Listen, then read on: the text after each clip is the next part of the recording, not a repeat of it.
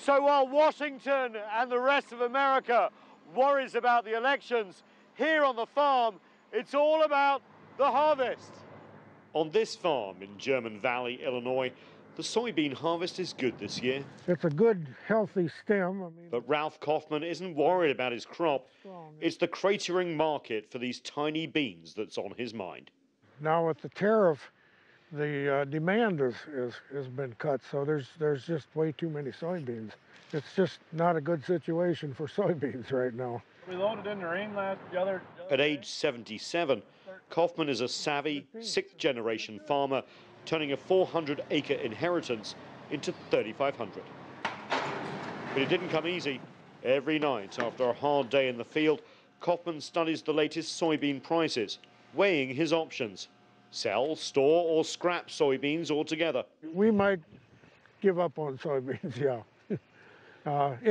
If we don't see a market improvement in the price. If we got some other countries that come in and to replace China, that would help the market and move some of these beans out. But there's just too many soybeans.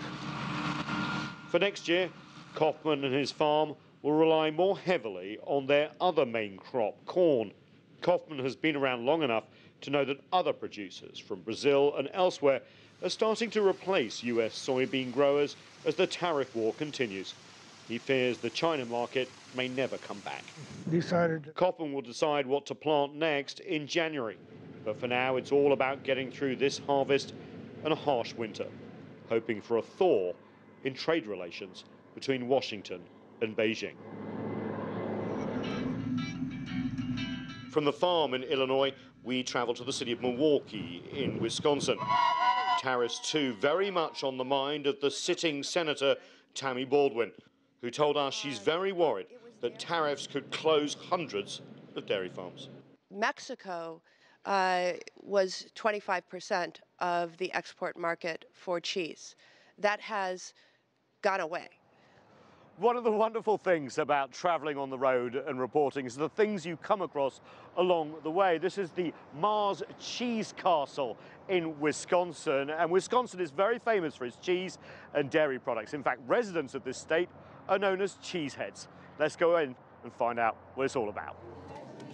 Manager Michael Ventura, whose grandfather founded the Cheese Castle, shows me around. So right here in the bottom, you'll see cheddar cheese curds.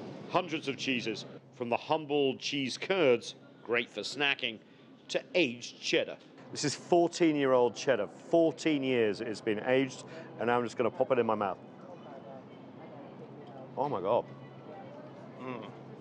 Isn't that great? Oh. So it's kept refrigerated in a big storeroom at the right temperature, the right humidity, and then it has a brine that's rubbed on the outside and sealed up. And that will keep it for years. Yeah, I want it. But to become a real cheesehead, well, you have to look the part. Well, being the dairy state, we have a lot of cheese here. You can see a lot of people at, say, football games supporting that pride of being a Wisconsinite by wearing cheese on their heads. Can I have a go? Let's do it.